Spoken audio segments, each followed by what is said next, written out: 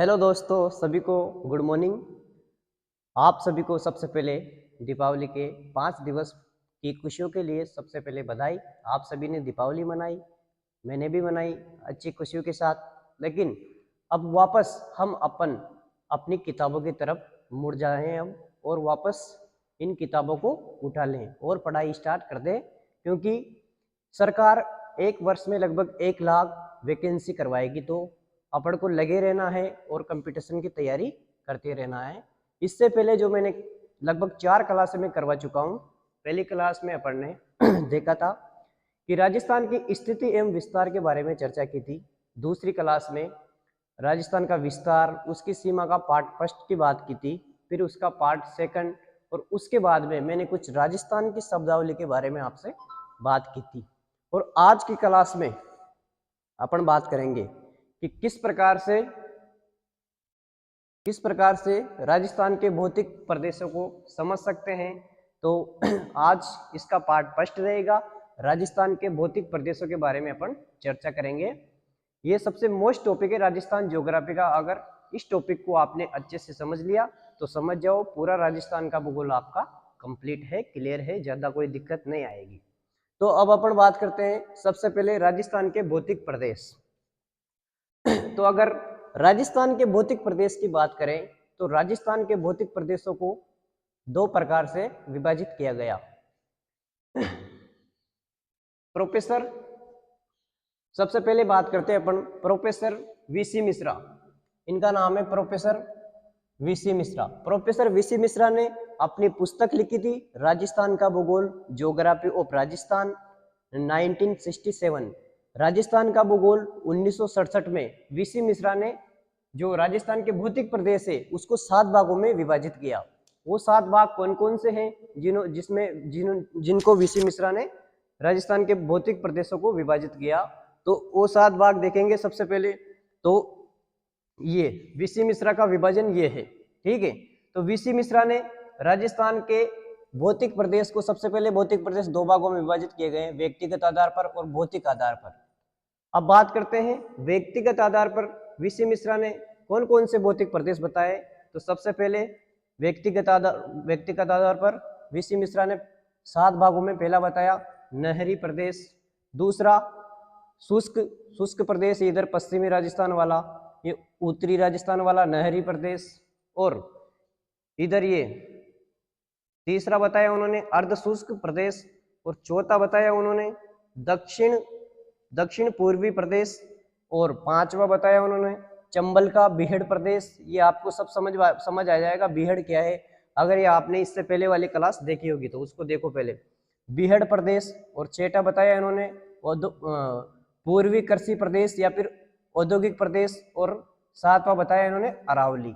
तो इस प्रकार से प्रोफेसर वीसी मिश्रा ने अपनी पुस्तक राजस्थान के भूगोल में व्यक्तिगत आधार पर जो भौतिक प्रदेश बताए वो 7 प्रकार के बताए। इधर ये पश्चिम वाला शुष्क प्रदेश बता दिया इन्होंने, ऊपर वाला नहरी प्रदेश, इधर ये बीच वाला अरावली प्रदेश, और इधर पूर्व वाला पूर्वी कृषि प्रदेश या फिर औद्योगिक प्रदेश, चंबल का बीहड़ प्रदेश, और दक्षिण पूर्वी कृषि प्रदेश, और अर्ध शुष्क प्रदेश। शुष्क अर्ध शुष्क दो तो ऐसे याद कर लेना। ये ऊपर वाला नहरी प्रदेश हो जाएगा, ये बीच का अरावली क्षेत्र है ही सही, इधर पूर्व में पूर्वी कृषि एवं औद्योगिक प्रदेश आ जाएगा, और इधर चंबल का बीहड़ प्रदेश और दक्षिण पूर्वी कृषि प्रदेश। इस प्रकार से वीसी मिश्रा ने व्यक्तिगत आधार पर 7 प्रकार में विभाजित किया। क्वेश्चन ऐसे आता है कि प्रोफेसर वीसी मिश्रा ने कौन सा भौतिक प्रदेश नहीं बताया है। उसमें दे देगा एक नहरी प्रदेश, अरावली प्रदेश, पूर्वी कृषि प्रदेश, और एक दे देगा वो अलग हाड़ौती प्रदेश। तो उसमें हाड़ौती प्रदेश नहीं आएगा। अब आगे बात करते हैं अपन कि व्यक्तिगत आधार पर कंप्लीट हो चुका है। अब बात करते हैं भौगोलिक आधार पर। भौतिक आधार पर या भौगोलिक आधार पर कितने प्रकार में विभाजित किया गया है भौतिक प्रदेशों को। तो भौगोलिक आधार पर भौतिक प्रदेशों को 4 भागों में विभाजित किया गया है, जिसमें पहला है उत्तरी पश्चिमी मरुस्थल, इधर वाला उत्तरी पश्चिमी मरुस्थल, बी वाला अरावली, सी में तीसरा पूर्वी मैदान, और चौथा है हाड़ौती का पठार, यह हाड़ौती का पठार। तो भौगोलिक या भौतिक आधार पर राजस्थान के भौतिक प्रदेशों को 4 भागों में बांटा गया है। यही महत्वपूर्ण है कि कितने भागों में बांटा गया, और इन्हीं को अपन पढ़ेंगे इन भौतिक प्रदेशों में। तो पहला है उत्तरी पश्चिमी मरुस्थल, दूसरा है अरावली पर्वतमाला, तीसरा है पूर्वी मैदान, और चौथा है हाड़ौती का पठार। अब अपन बात करते हैं कि जो सबसे पहले की बात करते हैं, जो उत्तरी पश्चिमी मरुस्थलीय प्रदेश है। उत्तरी पश्चिमी मरुस्थलीय प्रदेश में कौन कौन से क्षेत्र सम्मिलित है? तो सबसे पहले उत्तरी पश्चिमी मरुस्थल में नॉर्मल डिटेल के बारे में अपन चर्चा करते हैं कि जो उत्तरी पश्चिमी मरुस्थल है, सबसे पहले बात करते हैं तो उत्तरी पश्चिमी मरुस्थल को थार का मरुस्थल भी कहते हैं। थार का मरुस्थल भी कहते हैं। उत्तरी पश्चिमी मरुस्थल को थार का मरुस्थल भी कहते हैं। इसका निर्माण तैतीस सागर से माना जाता है। तैतीस सागर में भूसन्नति से माना जाता है। ये सब आपने फर्स्ट क्लास में चर्चा की थी। इसका निर्माण तैतीस सागर से भूसन्नति से माना जाता है। इसका क्षेत्रफल 1,75,000 किलोमीटर स्क्वायर इसका क्षेत्रफल माना जाता है। अगर बात करें कि जो उत्तरी पश्चिमी मरुस्थल है, इसकी लंबाई कितनी है, तो उत्तरी पश्चिमी मरुस्थल की अगर अपन लंबाई की बात करें तो उत्तरी पश्चिमी मरुस्थल की जो लंबाई है, ये उत्तरी पश्चिमी मरुस्थल, सबसे पहले अगर इसकी लंबाई की बात करें तो इसकी लंबाई है 640 किलोमीटर। 640 किलोमीटर। इसकी चौड़ाई की बात करें तो इसकी चौड़ाई है लगभग 300 किलोमीटर। 300 किलोमीटर इसकी चौड़ाई है। और इसकी औसत ऊंचाई की बात करें तो इसकी औसत ऊंचाई है 200 से, और 300 ये मीटर में है, ये बात याद रखनी है आपको। ये 200 से 300 मीटर, और ये दोनों किलोमीटर में। तो जो उत्तरी पश्चिमी मरुस्थल है उसकी लंबाई कितनी है, तो उसकी लंबाई है 640 किलोमीटर। उसकी चौड़ाई कितनी है, तो चौड़ाई है 300 किलोमीटर। और उसकी औसत ऊंचाई की बात की जाए तो उसकी औसत ऊंचाई है 200 से 300 मीटर। ये इसमें बातें हो गई कि उत्तरी पश्चिमी मरुस्थल को थार का मरुस्थल भी कहा जाता है। तैतीस सागर भूसन्निधि से इसका निर्माण हुआ है, और 1,75,000 इसका क्षेत्रफल है। इसकी लंबाई चौड़ाई के बारे में अपन ने चर्चा कर ली। अब अपन बात करते हैं जो थार का उत्तरी पश्चिमी मरुस्थल है, इसको अध्ययन की दृष्टि से इस मरुस्थल को पुनः 2 भागों में विभाजित किया गया है, जिसमें एक भाग तो है बालू का स्तूप मुक्त प्रदेश। बालू का स्तूप मुक्त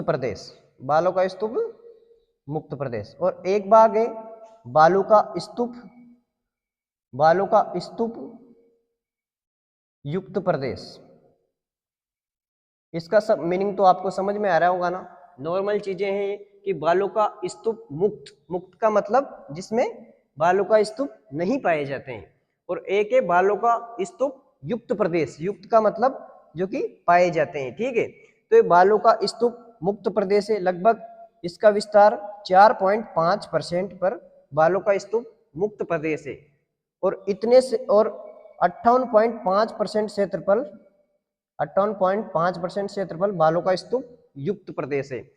अगर दोनों को जोड़ें तो ये 100% आ जाएगा। तो 100% में से 41.5% तो बालू का स्तूप मुक्त प्रदेश है, और 58.5% पर बालू का स्तूप युक्त प्रदेश है। इन दोनों को मिलाकर पूरा 100% हो जाएगा, ठीक है। अब आगे बात करते हैं अपन कि जो राजस्थान का जो मरुस्थल है, जो उत्तरी पश्चिमी मरुस्थल है, उस उत्तरी पश्चिमी मरुस्थल में जो भौतिक प्रदेशों का फर्स्ट भाग है, उस उत्तरी पश्चिमी मरुस्थल में उसका ढाल क्या है, उसका ढाल के बारे में अपन देखेंगे। तो उत्तरी पश्चिमी मरुस्थल है, उसका ढाल है इधर उत्तर हो जाएगा, इधर दक्षिण, इधर पूर्व, इधर पश्चिम। तो अपना मरुस्थल इस प्रकार से है ये। तो मरुस्थल की जो दिशा है वो अपन कह सकते हैं कि उत्तर पूर्व से दक्षिण पश्चिम, ठीक है। ये राजस्थान के जो उत्तर पश्चिमी मरुस्थल जो पहला भाग है, भौगोलिक आधार पर फर्स्ट भाग है, तो उसकी जो दिशा है वो दिशा है, उसका जो ढाल है वो ढाल है उत्तर पूर्व से दक्षिण पश्चिम, ठीक है। तो क्वेश्चन आ जाए कि राजस्थान के जो उत्तरी पश्चिमी मरुस्थल है उसका ढाल क्या है। क्वेश्चन में कुछ भी दे सकता है, वो उत्तर पूर्व से दक्षिण पश्चिम, उत्तर पश्चिम से दक्षिण पूर्व, कुछ भी दे सकता है। लेकिन अपन को ध्यान रखना है कि उत्तर पूर्व से दक्षिण पश्चिम की जो ढाल है वो राजस्थान के मरुस्थल का ढाल माना जाता है। ठीक है, अब अपन बात करते हैं, इसमें ए हो गया बालों का स्तूप मुक्त और बी हो गया बालों का स्तूप युक्त। ठीक है, अब इसकी बात करते हैं अपन बालों का स्तूप मुक्त प्रदेश। तो इस प्रदेश में सबसे पहली बात है कि इस प्रदेश में बालों का स्तूप नहीं पाए जाते हैं। ठीक है, जब वही मना कर रहा है कि मुक्त है यानी बालू का स्तूपों से मुक्त है। ठीक है, दूसरी बात है कि इस प्रदेश में पथरीले मरुस्थल पाए जाते हैं। कि बालू का स्तूप क्यों नहीं पाए जाते हैं, रेत क्यों नहीं पाई जाती है, इसलिए नहीं पाई जाती है क्योंकि वहां पर पथरीले चट्टानें पाई जाती है, पथरीला मरुस्थल पाया जाता है, क्योंकि वहां पर पथरीला मरुस्थल पाया जाता है, पथरीला मरुस्थल पाया जाता है, जिसे क्या कहते हैं, तो जिसे हमादा कहते हैं। ये सबसे महत्वपूर्ण शब्द है कि हमादा क्या है। एग्जाम में आएगा आपके कि हमादा किसे कहते हैं, हमादा का मीनिंग क्या है। तो हमादा का मीनिंग है कि जो इसमें बालू का स्तूप मुक्त प्रदेश में जो बालू का तो नहीं पाई जाती है, वहां पर पथरीला मरुस्थल पाया जाता है और उस पथरीले मरुस्थल को हमादा कहते हैं। क्वेश्चन आएगा कि राजस्थान में हमादा किसे कहते हैं, तो जो पथरीला मरुस्थल है उसको हमादा कहते हैं। राजस्थान में हमादा का सबसे बेस्ट उदाहरण कौन सा जिला है या फिर कौन सी जगह है, तो राजस्थान में हमादा का सबसे महत्वपूर्ण जो स्थान है वो है पोखरण जैसलमेर हमादा का सबसे मोस्ट उदाहरण है। उसके बाद में हमादा के और भी उदाहरण है, जैसे रामगढ़ 12 में भी, लेकिन ये रामगढ़ जैसलमेर, ये भी रामगढ़ जैसलमेर। ठीक है, उसके बाद में फलोदी है जोधपुर और एक है बाड़मेर। ठीक है, फलोदी जोधपुर बाड़मेर, इनको राजस्थान में हमादा का उदाहरण के रूप में जाना जाता है। और एक है लोदरवा, जो लोदरवा भी हमादा का उदाहरण है। लेकिन सबसे बेस्ट उदाहरण कौन सा है हमादा का, वो है पोखरण जैसलमेर में सबसे महत्वपूर्ण उदाहरण माना जाता है हमादा का। ठीक है, तो आज की क्लास में अपन ने ये सब जाना। अगली जो क्लास रहेगी उसमें अपन बात करेंगे कि बालों का स्तूप, जो ये सेकंड पार्ट है, बालों का स्तूप युक्त प्रदेश जो कि 58.5% क्षेत्र है, इस पे क्या क्या पाया जाता है और पूरा भूगोल इस पे ही निर्भर है। और अपन इसमें बात करेंगे बालू का स्तूपों के प्रकारों के बारे में बात करेंगे, जो आपने सुना होगा, अनुप्रस्थ, अनुदैर्ध्य, समकोण और तारानुमा, और भी है कंटिले, सब्र का पीस, ये सब तारानुमा, पंखानुमा, इन सभी बालों का स्तूपों के बारे में अपन बात करेंगे जिनसे हर बार एग्जाम में क्वेश्चन आता है बालों का स्तूपों के प्रकारों से। बरखान है, अनुप्रस्थ है, बरखान, अनुप्रस्थ, अनुदैर्ध्य, रेखीय, इन सभी बालों का स्तूपों से तो आता है क्वेश्चन, चाहे आप राजस्थान का भूगोल का कौन सा भी एग्जाम उठाकर देख लेना। राजस्थान के भूगोल से ये क्वेश्चन मोस्ट है बालों का स्तूप युक्त प्रदेश से। ठीक है, तो आज की क्लास का अपन 2 मिनट में सारा रिवीजन कर लेते हैं कि आज की क्लास में क्या क्या पढ़ा। तो आज की क्लास में अपन बात करते हैं, सबसे पहले अपन ने बात की कि राजस्थान के भौतिक प्रदेश का पार्ट फर्स्ट, इसमें अपन ने बात की कि राजस्थान के भौतिक प्रदेशों को 2 भागों में विभाजित किया गया, एक तो व्यक्तिगत आधार पर और एक भौगोलिक आधार पर। व्यक्तिगत आधार पर प्रोफेसर वीसी मिश्रा ने अपनी जो पुस्तक लिखी ज्योग्राफी ऑफ राजस्थान के भूगोल में, जो कि 1967 में लिखी थी, उसमें राजस्थान के भौतिक प्रदेश को उसमें इसको 7 भागों में विभाजित किया गया, जिसमें ऊपर है नहरी प्रदेश, उसके बाद में बीच का है अरावली प्रदेश, और इधर पूर्व का है पूर्वी कृषि एवं औद्योगिक प्रदेश, इधर चंबल का बीहड़ प्रदेश, नीचे का है इधर दक्षिण पूर्वी कृषि प्रदेश, और इधर का है अर्ध शुष्क प्रदेश, शुष्क प्रदेश और अर्ध शुष्क प्रदेश। ठीक है, इधर का दक्षिण पूर्वी कृषि प्रदेश, तो ये याद हो ही जाएगा। उसके बाद में अपन ने बात की थी कि भौगोलिक आधार पर कितने भागों में विभाजित किया गया है, जो सबसे महत्वपूर्ण है। तो भौगोलिक आधार पर भौतिक प्रदेश को 4 भागों में बांटा गया है। पहला है उत्तरी पश्चिमी मरुस्थल, दूसरा है अरावली, तीसरा है पूर्वी मैदान और चौथा है हाड़ौती का पठार। अपन ने बात की थी उत्तरी पश्चिमी मरुस्थल की, तो इसको थार का मरुस्थल भी कहा जाता है। तटीय सागर भूसन्निधि से इसका निर्माण माना जाता है। 1,75,000 किलोमीटर स्क्वायर इसका क्षेत्रफल है और मरुस्थल का इसका क्षेत्रफल है ना, ठीक है। और इसको इसकी जो लंबाई है 640 किलोमीटर, इसकी चौड़ाई 300 किलोमीटर, इसको हाड़ौती का पटा, और इसकी जो औसत ऊंचाई है वो 200 से 300 मीटर मानी जाती है। अब दो शब्द और आते हैं, दो शब्द को अपन इस प्रकार से समझ सकते हैं कि भौतिक प्रदेश को मरुस्थल के आधार पर इसको दो भागों में बांट सकते हैं कि मरुस्थल, एक और विभाजन है इसका,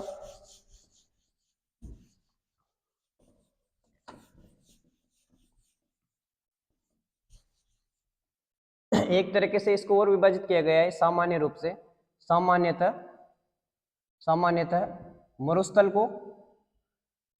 मरुस्थल को दो भागों में विभाजित किया गया है, दो भागों में विभाजित किया गया है, विभाजित किया जा सकता है, किया जाता है। सामान्यतः मरुस्थल को दो भागों में विभाजित किया जाता है, सामान्यतः मरुस्थल को दो भागों में विभाजित किया जाता है, ठीक है। जिसमें एक तो है शुष्क प्रदेश और एक है अर्धशुष्क प्रदेश, जो अपन ने शुष्क और अर्धशुष्क पढ़ा, शुष्क प्रदेश, अर्धशुष्क प्रदेश। तो कौन सा शुष्क प्रदेश है, कौन सा अर्धशुष्क प्रदेश है, आपको यही समझना है बस कि कौन सा शुष्क प्रदेश है, कौन सा अर्धशुष्क प्रदेश है। तो ये बीच का तो है अरावली, ठीक है। और अरावली के जो इधर जो पश्चिमी मरुस्थल है, ये 25 सेंटीमीटर वर्षा वाला क्षेत्र को, इसको अपन शुष्क प्रदेश के नाम से जाना जाता है। ये 25 सेंटीमीटर वर्षा वाला क्षेत्र को शुष्क प्रदेश कहते हैं, ठीक है। जो 25 सेंटीमीटर वर्षा वाला क्षेत्र है इसको शुष्क प्रदेश कहते हैं। यहाँ का जो क्षेत्रफल की बात करें तो 1,00,000, ठीक है, 1,00,000 किलोमीटर स्क्वायर, 1,00,000 किलोमीटर स्क्वायर इसका शुष्क प्रदेश का क्षेत्रफल माना जाता है, ठीक है। 25 सेंटीमीटर वर्षा रेखा होती है यहाँ पर, 0 से 25 सेंटीमीटर वर्षा होती है, मेन बात है, ठीक है। और जो अर्धशुष्क मरुस्थल है ये अरावली तथा 25 सेंटीमीटर वर्षा रेखा के जो मध्य का जो क्षेत्र है इसको अर्धशुष्क मरुस्थल कहते हैं, जहां पर 25 से 50 सेंटीमीटर, जहां पर 25 से 50 सेंटीमीटर वर्षा होती है, और यहाँ का जो क्षेत्रफल है वो क्षेत्रफल है 75,000, ठीक है, 75,000 किलोमीटर स्क्वायर।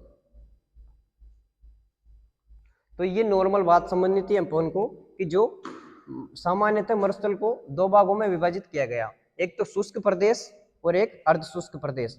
शुष्क प्रदेश कौन सा है, तो शुष्क प्रदेश 0 से 25 सेंटीमीटर वर्षा वाला क्षेत्र है, जहाँ का क्षेत्रफल 1,00,000 है किलोमीटर स्क्वायर है। और अपने टोटल क्षेत्रफल की बात की थी मरुस्थल का 1,75,000, ठीक है, 1,75,000।